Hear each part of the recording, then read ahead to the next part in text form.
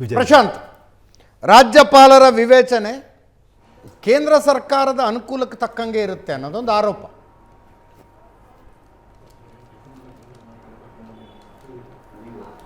ಅಲ್ಲ, ಬರೀ ಆರೋಪ ಅಲ್ಲ, ಅದು ಯಾವಾಗಲೂ ರಾಜ್ಯಪಾಲರು ಯಾವುದೇ ಸರ್ಕಾರ ಇದ್ದಾಗಲೂ ಕೂಡ ಕೇಂದ್ರ ಸರ್ಕಾರಕ್ಕೆ ಹೆಂಗೆ ಬೇಕೋ ಆ ರೀತಿಯಾಗಿರ್ತಕ್ಕಂಥದ್ದು ನಡೆಯುತ್ತೆ. ಈಗ 2018 ಪ್ರಕರಣದ ಬಗ್ಗೆ ನಾವು ಮಾತಾಡ್ತಾ ಇದ್ವಿ. ಯಡಿಯೂರಪ್ಪನವರನ್ನು ವಜುಭಾಯಿ ವಾಲಾ ಕರೆದ್ರು. ಹೌದು ನೋಡಿ, ಎರಡೂ ರಾಷ್ಟ್ರೀಯ ಪಕ್ಷಗಳ ದ್ವಂದ್ವ ನಿಮಗೆ ಬಹಳ ಸ್ಪಷ್ಟವಾಗಿ ಕಾಣುತ್ತೆ. ಆಗ BJP 104ರ ಯಡಿಯೂರಪ್ಪನವರನ್ನ ಸರ್ಕಾರ ರಚನೆಗೆ ರಾಜ್ಯಪಾಲ ವಜುಭಾಯಿ ವಾಲಾ ಕರೆದಿದ್ದನ್ನು ಸಮರ್ಥಿಸ್ಕೊಂಡಿತ್ತು. ಹೌದು. ಆದರೆ ಯಾಕೆ ಕರೆದ್ರಿ ಅಂತ ಕಾಂಗ್ರೆಸ್ ಪಕ್ಷ ಸುಪ್ರೀಂ ಕೋರ್ಟ್ಗೆ ಹೋಗಿತ್ತು. ಈ ಪ್ರಕರಣದಲ್ಲಿ ಕಾಂಗ್ರೆಸ್ ಪಕ್ಷ ಹೇಳ್ತಿದೆ ನೀವು ಯಾಕೆ ಕರೀತಿಲ್ಲ ಅಂತ. BJP ಅವ್ರು ಕೇಳ್ತಿದ್ದಾರೆ ಯಾಕೆ ಕರಿಬೇಕು ಅನ್ನೋದನ್ನ. ಅಂದರೆ ರಾಜಕೀಯ ಪಕ್ಷಗಳ ವಾದ ಪ್ರತಿವಾದಗಳು ಅನುಕೂಲಕ್ಕೆ ತಕ್ಕಂತೆ, ಸಂದರ್ಭಕ್ಕೆ ತಕ್ಕಂತೆ ಅನುಕೂಲಕ್ಕೆ ತಕ್ಕಂತೆ ಇರ್ತವೆ. ಅದರ ಜೊತೆಯಲ್ಲಿ ಎರಡು ವಿಷಯಗಳು ಬಹಳ ಸ್ಪಷ್ಟವಾಗಿವೆ. ಒಂದು, ಎಲ್ಲಿಂದ ನೀವು ಪ್ರಾಸ್ಪೆಕ್ಟಿವ್ ನಂಬರ್ಸ್ ಬರಬಹುದು ಅಂತಕ್ಕಂಥದ್ದನ್ನು ವಿಜಯ್ ಎಕ್ಸ್ಪೆಕ್ಟ್ ಮಾಡ್ತಿದ್ದಾರೆ. ಅವು DMKಯ ಪ್ರೀಪೋಲ್ ಅಲೈನ್ಸ್ ಆಗಿದೆ. ಹೌದು. ಈಗ CPI ಇಂದ, CPM ಇಂದ, VCK ಇಂದ.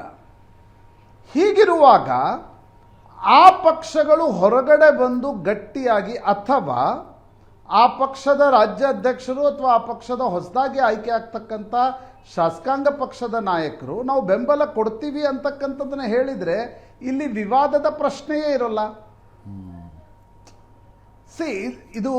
ಇದೊಂದು ಗ್ರೇ ಏರಿಯಾ ಅಜಿತ್. ಹೌದು. ರಾಜ್ಯಪಾಲರು ಕರಿಬೇಕೋ ಬೇಡವೋ ಅಂತಕ್ಕಂಥದ್ದು it's purely his discretion. Constitutional ಎಕ್ಸ್ಪರ್ಟ್ಸ್ಗಳ ಲೀಗಲ್ ಒಪಿನಿಯನ್ ಅನ್ನು ತೆಗೆದುಕೊಂಡು ತನ್ನ ವಿವೇಚನೆಯನ್ನು ಬಳಸಿ ರಾಜ್ಯಪಾಲರು ಈ ತೀರ್ಮಾನವನ್ನು ತೆಗೆದುಕೊಳ್ಬೇಕು. ನನಗನ್ಸುತ್ತೆ ಇದೇನು ಸಂವಿಧಾನಕ ಬಿಕ್ಕಟ್ಟಿನ ಹಂತದವರೆಗೆ ಹೋಗ್ಲಿಕ್ಕಿಲ್ಲ. ನಾಳೆ CPI ಮತ್ತು CPM ಎರಡೂ ತಮ್ಮ ಸೆಂಟ್ರಲ್ ಕಮಿಟಿಯ ಮೀಟಿಂಗನ್ನು ಕರೆದಿವೆ. ಬಹುತೇಕ ಇವತ್ತು ರಾತ್ರಿ ಅಥವಾ ನಾಳೆ ಒಳಗಡೆ VCK ಕೂಡ ತನ್ನ ಬೆಂಬಲವನ್ನು ಘೋಷಿಸುವ ಸಾಧ್ಯತೆಗಳು ಜಾಸ್ತಿಯಾಗಿವೆ.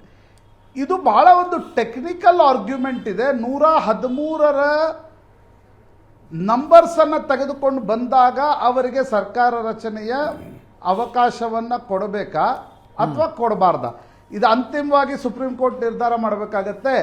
ಒಂದು ವೇಳೆ TVK ಏನಾದರೂ ಇದನ್ನ ಸುಪ್ರೀಂ ಕೋರ್ಟ್ಗೆ ತೆಗೆದುಕೊಂಡು ಹೋದರೆ ಎರಡು ಸಾಧ್ಯತೆಗಳು ನನಗನ್ನಿಸ್ತವೆ. ಓಕೆ. ಒಂದು, ರಾಜ್ಯಪಾಲರು ಯಾವುದೇ ನಿರ್ಣಯವನ್ನೇ ತೆಗೆದುಕೊಳ್ಳದೇ ಇರುವಾಗ ನೀವೇನಂತ ಸುಪ್ರೀಂ ಕೋರ್ಟ್ಗೆ ಹೋಗ್ತೀರಿ? Supreme court cannot direct constitutional head to ನೀವು ಇದನ್ನು ಕರೀರಿ ಇವ್ರನ್ನ ಕರೀರಿ. ಯಾಕಂದರೆ ಯಡಿಯೂರಪ್ಪನವರ ಪ್ರಕರಣದಲ್ಲಿ ವಜುಭಾಯಿ ವಾಲಾ ಕರೆದಿದ್ದು ಯಾವಾಗ? ಗುಲಾಂ ನಬಿ ಆಜಾದ್ ಹೋಗಿ ದೇವೇಗೌಡರ ಮನೆಗೆ ಹೋಗಿ ನಿಮಗೆ ಬೇಷರತ್ ಬೆಂಬಲ ಕೊಡ್ತೀವಿ ಅನ್ನೋದನ್ನು ಹೇಳಿ ರಾಜ್ಯಪಾಲರ ಭೇಟಿ ಆದ ನಂತರ ಯಡಿಯೂರಪ್ಪನವ್ರನ್ನ ಕರೆದಿದ್ರು. ಎಸ್. ಆದರೆ ಸುಪ್ರೀಂ ಕೋರ್ಟ್ ಏನು ಹೇಳ್ತು, 15 ದಿನಗಳ ಕಾಲಾವಕಾಶವನ್ನು ಕೊಡ್ಲಿಕ್ಕಾಗಲ್ಲ, 24 ಗಂಟೆಯಲ್ಲಾದರೂ ನೀವು ಪ್ರೂವ್ ಮಾಡಿ. ಅವ್ರು ಹೇಳಲಿಲ್ಲ ರಾಜ್ಯಪಾಲರ ನಿರ್ಣಯ ತಪ್ಪು ಅಂತಕ್ಕಂಥದ್ದನ್ನು. ಹೀಗಾಗಿ ಅಜಿತ್, ಇದೊಂದು ಗ್ರೇ ಏರಿಯಾ ಇದೆ ರಾಜ್ಯಪಾಲರ ವಿವೇಚನೆಯ ಅಧಿಕಾರ. ಈಗ ಕಾಂಗ್ರೆಸ್ ಬೆಂಬಲ ಕೊಟ್ಟಿದ್ದಕ್ಕೆ ಹಿಂಗಾಯ್ತಾ? ರಾಜ್ಯಪಾಲರು ಈ ರೀತಿ ಮಾಡ್ತಿದ್ದಾರ? ಆರೋಪಕ್ಕೆ ಅವಕಾಶಗಳಿವೆ, ಆರೋಪಕ್ಕೊಂದು ರೂಮ್ ಕೂಡ ಇದೆ. Yes. But governor is also right in his decision. ನಾನು 118ರ ನಂಬರ್ಸ್ನ ಪತ್ರ ತೆಗೆದುಕೊಂಡು ಬನ್ನಿ, ನಾನು ಆಗ ನೀವು ಕ್ಲೇಮನ್ನು ಸ್ಟೇಕ್ ಮಾಡಿ ನಾನು ನಿಮ್ಗೆ ಅವಕಾಶ ಕೊಡ್ತೀನಿ ಅಂತಕ್ಕಂಥದ್ದನ್ನು ಹೇಳುವ ಅಧಿಕಾರ ಸಂವಿಧಾನ ರಾಜ್ಯಪಾಲರಿಗೂ ಕೊಟ್ಟಿದೆ. ಹಿಂಗಾಗಿ ಈ ವಾದ ಹಂಗಂತ ವಜುಭಾಯಿ ವಾಲಾ ಅವರು ಯಡಿಯೂರಪ್ಪನವ್ರ ಹತ್ರ ನಿಮ್ಮ ಹತ್ರ ಎಲ್ಲಿದೆ 112ರ ಬೆಂಬಲ ಪತ್ರ ಅಂತ ಕೇಳಿರಲಿಲ್ಲ. ಅದನ್ನು ಚರ್ಚಿಸುವ ಅಧಿಕಾರವೂ ನಮಗಿದೆ. ಅಲ್ಲ, ಚರ್ಚಿಸುವ ಅಧಿಕಾರ ನಿಶ್ಚಿತವಾಗಿದೆ. ಬಟ್ ಸುಪ್ರೀಂ ಕೋರ್ಟ್ಗೆ ಹೋದಾಗ ಸುಪ್ರೀಂ ಕೋರ್ಟ್ ಅದನ್ನು ನಲ್ ಅಂಡ್ ವಾಯ್ಡ್ ಮಾಡಲಿಲ್ಲ. Correct, correct. ಗೋವಾದ ಪ್ರಕರಣದಲ್ಲಿ ಮೃದುಲಾ ಸಿನ್ಹಾ ರಾಜ್ಯಪಾಲರಿದ್ರು. ಮೃದುಲಾ ಸಿನ್ಹಾ ಏನ್ ಮಾಡಿದ್ರು ನೋಡಿ, ರಾಜ್ಯಪಾಲರು ಕೇಂದ್ರ ಸರ್ಕಾರದ ಅಣತಿಯಂತೆ ಯಾವತ್ತಿಗೂ ಕೂಡ ವರ್ತಿಸ್ತಾರೆ. ಇದನ್ನು ಎಲ್ಲ ಸರ್ಕಾರಗಳ ರೀತಿಯಲ್ಲಿ ನಾವು ನೋಡಿದ್ದೀವಿ. ಮೃದುಲಾ ಸಿನ್ಹಾ ಏನ್ ಮಾಡಿದ್ರು, Congress was single largest party. Okay. Nitin Gadkari ರಾತ್ರಿ ಬಂದ್ರು, ನಮ್ಗೆ ಈ ಸ್ಟೋರಿ ಗೊತ್ತಿದೆ. ದಿಗ್ವಿಜಯ್ ಸಿಂಗ್ ಬಂದ್ರು, ಹೌದು. ಎಲ್ಲೋ ಹೋಗ್ಬಿಟ್ರು, ಹೋಟೆಲ್ಗೆ ಹೋಗಿ ರೆಸ್ಟ್ ಮಾಡಿ ನಂತರ ನಿತಿನ್ ಗಡ್ಕರಿ ರಾತ್ರಿ 12 ಗಂಟೆಗೆ ಬಂದ್ರು. ಗೋಮಾಂತಕ್ ಪಾರ್ಟಿ ಸರ್ದೇಸಾಯಿಯನ್ನ ಕರೆಸಿದ್ರು, ಕಾಬಲ್ ಅಪ್ ಮಾಡಿದ್ರು. ರಾತ್ರಿ 12 ಗಂಟೆಗೆ ರಾಜ್ಯಪಾಲರ ಬಳಿಗೆ ಹೋಗಿ ಗೌರ್ಮೆಂಟ್ ಫಾರ್ಮೇಶನ್ ಕ್ಲೇಮ್ ಸ್ಟೇಕ್ ಮಾಡಿದ್ರು. ಎಸ್, ಮೃದುಲಾ ಸಿನ್ಹಾ ಆ ಅಲೈನ್ಸ್ಗೆ, ಅದೇನು ಪ್ರೀಪೋಲ್ ಅಲೈನ್ಸ್ ಆಗಿರಲಿಲ್ಲ, ಅವ್ರಿಗೆ ಅವಕಾಶವನ್ನ ಕೊಟ್ಟರು. ಸೊ ಇದು ಸರಿ ತಪ್ಪು ಅನ್ನುವ ವ್ಯಾಖ್ಯೆ ಒಂದು ಕಡೆ ನಿಶ್ಚಿತವಾಗಿ ಮಾಡಲೇಬೇಕಾಗತ್ತೆ. ಅದರ ಜೊತೆಗೆ ವಿವೇಚನೆಯ ಅಧಿಕಾರವನ್ನ ರಾಜ್ಯಪಾಲರು ಬಳಸ್ತಕ್ಕಂಥ ಸಂದರ್ಭದಲ್ಲಿ within his right to ask Vijay, ನೀವು 118ರ ಪೇಪರ್ಸ್ ಆದರೂ ತೆಗೆದುಕೊಂಡು ಬನ್ನಿ ಅನ್ನೋ ಕೇಳುವ ಅಧಿಕಾರ ಕೂಡ ರಾಜ್ಯಪಾಲ. ಎಸ್, ಎಚ್ ಎನ್ ಚಂದ್ರಶೇಖರ್ ನೋಡಿ, ಒಂದು ರಾಜಭವನದ ಮೂಲಕ ಲೋಕಭವನ ಈಗ ಮೋದಿಯವರು ಅಮಿತ್ ಶಾ ಅವರು ಪಾಲಿಟಿಕ್ಸ್ ಮಾಡಿಸ್ತಾರೆ.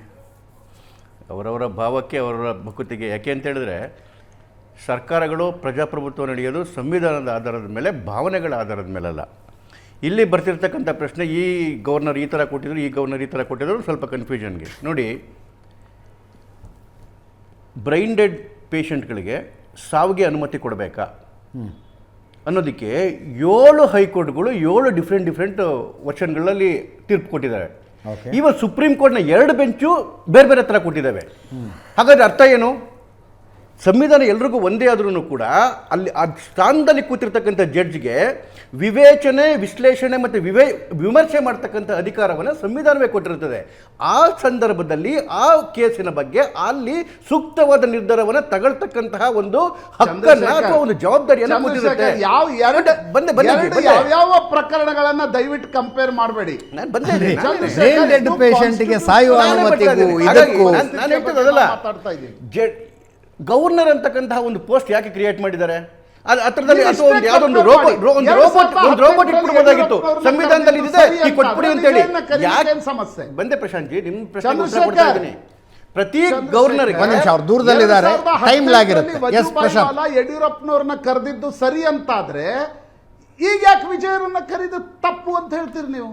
ಅಲ್ಲಲ್ಲ, ನೀವು ಒಂದೇ ಪ್ರೆಸಿಡೆನ್ಸಿ ಒಂದೇ ರೀತಿ ರೂಲ್ಸ್ ಬರಬೇಕು ಅಂತ ಹೇಳಿದ್ರೆ ಅಲ್ಲಿಗೆ ಇವರು ಗವರ್ನರ್ ಕೂರ್ಸೋ ಅವಶ್ಯಕತೆ ಇರಲ್ಲ. ಒಂದು ರೋಬೋಟ್ ಎಕ್ಸಾಕ್ಟ್ಲಿ. ಇಲ್ಲಿ ಬಿಜೆಪಿ ಸಿಂಗಲ್ ಮೆಜಾರಿಟಿ ಆಗಿತ್ತು, ಅಲ್ಲಿ ಟಿವಿಕೆ ಸಿಂಗಲ್ ಮೆಜಾರಿಟಿ ಆಗಿದೆ. ಯಾಕೆ ಕೂರಿಸುತ್ತಾರೆ ಅಂತ ಸಮಯ ಸಂದರ್ಭ ಬೇರೆ ಬೇರೆ ಇದೆ. ಇಲ್ಲಿ ಬಿಜೆಪಿ ಸಿಂಗಲ್ ಮೆಜಾರಿಟಿ ಆಗಿತ್ತು, ಅಲ್ಲಿ ಟಿವಿಕೆ ಸಿಂಗಲ್ ಮೆಜಾರಿಟಿ. ಎರಡು ಲೈನ್ ಆದ್ರೂ ಮಾತಾಡಕ್ ಬಿಟ್ರೆ ನಿಮ್ಗೆ ನಾನು ಏನ್ ಹೇಳ್ತೀನಿ ಅಂತ ನಿಮ್ಗೂ ಒಂದು ಸ್ವಲ್ಪ ಅರ್ಥ ಆಗುತ್ತೆ. ನಾನು ಏನು ಹೇಳಕ್ ಕೊಟ್ಟಿದ್ದೀನಿ ಅಂತ ಹೇಳಿದ್ರೆ, ಯಾಕೆ ಗವರ್ನರ್ ಅಂತಕ್ಕಂಥ ಒಂದು ಪೋಸ್ಟ್ ಅನ್ನು ಕ್ರಿಯೇಟ್ ಮಾಡಿದ್ರೆ ಅಲ್ಲ ಅವ್ರನ್ನ ಕೂರಿಸಿದ್ದಾರೆ ಅಂತ ಹೇಳಿದ್ರೆ, ಆ ಸಂದರ್ಭಕ್ಕೆ ತಕ್ಕನಾಗಿ ಆ ರೀತಿಯ ವಿಮರ್ಶೆ, ವಿಶ್ಲೇಷಣೆ ಮತ್ತೆ ಏನು ವಿವೇಚನೆಯನ್ನು ಉಪಯೋಗಿಸಿ ಅದಕ್ಕೆ ಸಂದರ್ಭಕ್ಕೆ ತಕ್ಕಾಗಿ ಸೂಕ್ತ ಅನ್ಸ್ತಕ್ಕಂಥದ್ದು ಮಾಡ್ತಾರೆ. ಹಾಗಾಗಿ ಅವ್ರು ಮಾಡಿದ ತಪ್ಪು ಇವ್ರು ಮಾಡಿ ಸರಿ ಅಂತ ಹೇಳ್ತಿಲ್ಲ. ಇವ್ರು ಹೇಳಿರೋದೇನು? ನಿಮ್ಗೆ 15 ದಿವಸ ಟೈಮ್ ಆಗೋಯ್ತು, ನಿಮಗೆ ಗೌರ್ಮೆಂಟ್ ಫಾರ್ಮೇಷನ್ ಮಾಡೋ ಟೈಮ್ ಆಗೋಯ್ತು, ಅದಾದ್ರೂ ಕೊಡಲಿಲ್ಲ, ಏನೋ ಒಂದು ಅನ್ಯಾಯ ಮಾಡ್ತಿದ್ರೆ ಅಲ್ವೇ ಇಲ್ಲ. ಇನ್ನು 2 ದಿನ 3 ದಿವಸ ಆಗಿಲ್ಲ. ಹೋದಾಗ ಏನು ಕೇಳಿದ್ರು? 108 TVK ಬಂದಿದೆ, 5 ಕಾಂಗ್ರೆಸ್ ಕೊಟ್ಟಿದೆ, 113, 114 ತೋರಿಸಿ ನೀವು. 118 ಬರ್ದಂಗೆ 117 ಬಂದ್ರೂ ಕೂಡ ಸರ್ಕಾರ ಮಾಡೋದಕ್ಕೆ ಅವಶ್ಯಕ ಆಗೋದಿಲ್ಲ. ನಿಮಗೆ ನೀವು ಆದ್ಮೇಲೆ ಮಾಡ್ತೀನಿ ಅಂತ ಅವ್ರು ಕೇಳಿದ್ದೇನಪ್ಪ? ಇನ್ನು 5 ಜನ 6 ಜನ ಇದೆಲ್ಲ ಯಾರು ಹೇಳಿ? ನೀವು ಇಷ್ಟು ಪಕ್ಷಗಳು ನಿಮ್ಮ ಕೈ ಕಣ್ಮುಂದೆ ಇದೆ. ಇದು ಬಿಟ್ಬಿಟ್ರೆ PMK ಇದೆ, 4 ಇದೆ, ಕೊಡ್ತೀನಿ ಅಂತ ಹೇಳಿದ್ರ ಇಲ್ಲ. VCK 2 ಇದೆ, ಕೊಡ್ತೀನಿ ಅಂತ ಹೇಳಿದ್ರ ಇಲ್ಲ. CPM 2 ಇದೆ, ಕೊಡ್ತೀನಿ ಅಂತ ಹೇಳಿದ್ರ ಇಲ್ಲ.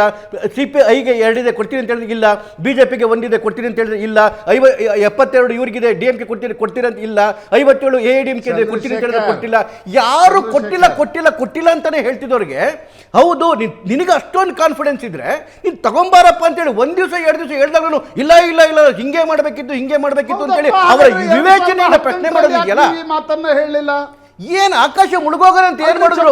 ಇಲ್ಲ ಏನಾದ್ರು 18ರಲ್ಲಿ ಯಾಕೆ ಮಾತನ್ನ ಹೇಳಿಲ್ಲ ನೀವು? ನಾನು ಅದನ್ನ ಹೇಳ್ತಾ ಇದ್ದೀನಿ. ಪ್ರತಿ ಸಂದರ್ಭದಲ್ಲಿ ಒಂದೊಂದು ಸಮಯ ಸಂದರ್ಭ ಏನ್ ಬದಲಾಗಿತ್ತು ಅದನ್ನಾರು ಹೇಳಿ. ಅಷ್ಟೇ, ನಾನು ಅದನ್ನ ಹೇಳ್ತಿಲ್ಲ. ಅದು ಪ್ರತಿ 104 ಇತ್ತು, ಮೆಜಾರಿಟಿಗೆ 112 ಬೇಕಾಗಿತ್ತು, ಇನ್ನು 8 ಎಲ್ಲಿದೆ ಅಂತ ಕೇಳಬಹುದಾಗಿತ್ತು. ನಾನು ಅದನ್ನ ಕೇಳಿದ್ದು. ಒಂದೇ ವಿಷಯದ ಮೇಲೆ ಸುಪ್ರೀಂ ಕೋರ್ಟ್ 2 ತರ ಜಡ್ಜ್ಮೆಂಟ್ ಹೆಂಗ್ ಕೊಡಕ್ ಸಾಧ್ಯ? Depends on the judge. No, depends on the party. Depends on the time and the depends on the party. ಪಾರ್ಟಿಗೂ ರಾಜ್ಯಪಾಲರಿಗೂ ಸಂಬಂಧವೇ ಇಲ್ಲ. ನೀವು ಏನ್ ಬೇಕಾದ್ರೆ ಹೇಳೋ ಪಾರ್ಟಿ ಅವರು ಬಿಜೆಪಿ ಅಲ್ಲ, ಯಾವ್ದೋ ಪರ್ಟಿಕ್ಯುಲರ್ ಪಾರ್ಟಿ ಅಲ್ಲ. ಪ್ರತಿ ಗವರ್ನರ್ಗೂ ಕೂಡ ಆ ಸನ್ನಿವೇಶದಲ್ಲಿ ಅವರ ವಿವೇಚನೆ ಬರುತ್ತೆ. Governor it's a very important thing is ವಿವೇಚನೆ. ಅವರ ವಿವೇಚನೆಗೆ ಇನ್ನೊಂದು ಗವರ್ನರ್ ಇಸ್ ಅ ಪೊಲಿಟಿಕಲ್ ಅಪಾಯಿಂಟಿ. ನೀವೇನ್ ಬೇಕಾದ್ರೂ ಹೇಳ್ಬೋದು ಸರ್. ನೀವು ಅದಕ್ಕೆ ಸತ್ಯ ಸಾಧ್ಯವೇ ಇಲ್ಲ. ಪೊಲಿಟಿಕಲ್ ಅಪಾಯಿಂಟಿ ಅಲ್ವಾ? ಚಂದ್ರಶೇಖರ್ ಕೇಂದ್ರ ಕಾಂಗ್ರೆಸ್ ಸರ್ಕಾರ ಕಾಂಗ್ರೆಸ್ ಬಿಜೆಪಿ ಅಪಾಯಿಂಟ್ ಮಾಡೋದಲ್ಲ. ಯಾಕ್ರಿ ವಕ್ತಾರ ತರ ಆಡ್ತೀರಿ? ಕೂತ್ಕೊಳ್ರಿ ಅಂತ 5 ನಿಮಿಷ. ನೀವು ಕೇಂದ್ರ ಸರ್ಕಾರ ಅಪಾಯಿಂಟ್ ಮಾಡ್ತಾ ಬಿಟ್ಟರೆ ಬಿಜೆಪಿ ಅಪಾಯಿಂಟ್ ಮಾಡೋದಲ್ಲ. Narendra Modi prime minister appoint ಮಾಡ್ತಾರೆ ಬಿಟ್ಟರೆ ನರೇಂದ್ರ ಮೋದಿ ಒಬ್ಬ ಲೀಡರ್ ಆಫ್ ಬಿಜೆಪಿ ಅಂತ ಅಪಾಯಿಂಟ್ ಮಾಡೋದಿಲ್ಲ. ಗವರ್ನರ್ ಹೋಗಿರ್ತಕ್ಕಂಥವ್ರಿಗೆ ಯಾವುದೇ ಇದಿಲ್ಲ, ಜಾತಿ ಇಲ್ಲ, ಧರ್ಮ ಇಲ್ಲ, ಯಾವುದೇ ಪಕ್ಷ ಇಲ್ಲ. Even for the speaker also, speaker ಒಂದೇ ಪೊಲಿಟಿಕಲ್ ಪಾರ್ಟಿಯಿಂದ ಸೆಲೆಕ್ಟ್ ಆಗಿದ್ರು ಕೂಡ, MLA ಆಗಿದ್ರು ಕೂಡ, he never belongs to a party until unless he sits the chair. So ಇವತ್ತು ಏನ್ ಮಾಡಬಾರ್ದು ಮಾಡ್ಬಿಟ್ಟಿದ್ದಾರೆ ಸರ್ ಗವರ್ನರು. ನಿನಗೆ ಇಷ್ಟೊಂದು ಕಾನ್ಫಿಡೆನ್ಸ್ ಇದೆಯೇನಪ್ಪ, ಹೋಗ್ ತಗೊಂಬ. ಯಾಕೆ ತಗೊಂಬ ಅಂತ ಹೇಳಿದ್ರೆ ಬೇರೆ ಎಲ್ಲರೂ ನಾನು ಕೊಡಲ್ಲ ಹೇಳ್ತಾ ಇದ್ದೀರಿ ಚಂದ್ರಶೇಖರ್ ಸರ್. ಯಾಕೆ ಅಂತ ಹೇಳಿದ್ರೆ ಬೇರೆ ಎಲ್ಲರೂ ನಾವು ಆಶಯವನ್ನ ಒಪ್ಕೊಳ್ತೀವಿ. 108ರಲ್ಲಿ 126 ಜನ ಇನ್ನೇನು ಉಳಿದಿದಾರಲ್ಲ, 126 ಜನ ನಾವು ಕೊಡಲ್ಲ ಅಂದಾಗ ಇದು ಸಂವಿಧಾನ ಬಿಕ್ಕಟ್ಟು ನಾಳೆ ಬರೋದನ್ನ ಒಂದು ಪ್ರಿಕಾಷನ್ ತಗೊಂಡು 1 ದಿವಸ 2 ದಿವಸಕ್ಕೆ ಇಷ್ಟೊಂದು ಮೇಲ್ಗಡೆ ಬಿದ್ದುಬಿಟ್ಟು ಇವ್ರು ಹೇಳ್ದಂಗೆ ಆಗ್ಬೇಕು. ಇಷ್ಟೊತ್ತು ಚಂದ್ರಶೇಖರ್ ಅವರ ವಾದವನ್ನು ಕೇಳಿಸಿಕೊಂಡವರೆಲ್ಲರಿಗೂ ಒಂದು ಮಾತು ಅರ್ಥ ಆಗುತ್ತೆ. 2018 2026 ಜೊತೆಗೆ ಕರ್ನಾಟಕವನ್ನು ತಮಿಳುನಾಡಿನ ಜೊತೆಗೆ ಹೋಲಿಕೆ ಮಾಡೋದಕ್ಕೆ ಅವ್ರ ತಯಾರಿ. ರಾಜ್ಯಪಾಲರು ಇನ್ನೊಬ್ಬ ರಾಜ್ಯಪಾಲರನ್ನ ಒಂದು ಟೈಮಿಂಗು ಇನ್ನೊಂದು ಟೈಮಿಂಗ್ ಅನ್ನ, ಒಂದು ಪರಿಸ್ಥಿತಿಯನ್ನು ಇನ್ನೊಂದು ಪರಿಸ್ಥಿತಿಗೆ ಹೋಲಿಕೆ ಮಾಡಕ್ ಆಗೋದೇ ಇಲ್ಲ. ಅದಕ್ಕೆ ನನ್ನ ವಿವೇಚನೆ ಅಂತಕ್ಕಂಥದ್ದು ಇರೋದು. ಇದು ಪ್ಯೂರ್ಲಿ ನೀವು ಸುಪ್ರೀಂ ಕೋರ್ಟ್ ಹೋದ್ರೆ ಇದೇ ಕೂಡ ಹೇಳೋದು. ಯಾವುದೇ ಸುಪ್ರೀಂ ಕೋರ್ಟ್ ಅಲ್ಲಿರ್ತಕ್ಕಂಥ ಸೆಟ್ ಅಸೈಡ್ ಮಾಡಿಲ್ಲ. ಇವನ್ 2018 ವಜುಭಾಯಿ ಅವ್ರದನ್ನು ಕೂಡ ಸುಪ್ರೀಂ ಕೋರ್ಟ್ ಅಲ್ಲಗಳಿಲೇ ಇಲ್ಲ. ಟೈಮಿಂಗ್ ಕಡಿಮೆ ಮಾಡಿ ಬೇರೆ. ಒಂದು ಸಣ್ಣ ಬ್ರೇಕ್ನ ಟೈಮ್ ಆಗಿದೆ, ಒಂದು ಸಣ್ಣ ಬ್ರೇಕ್.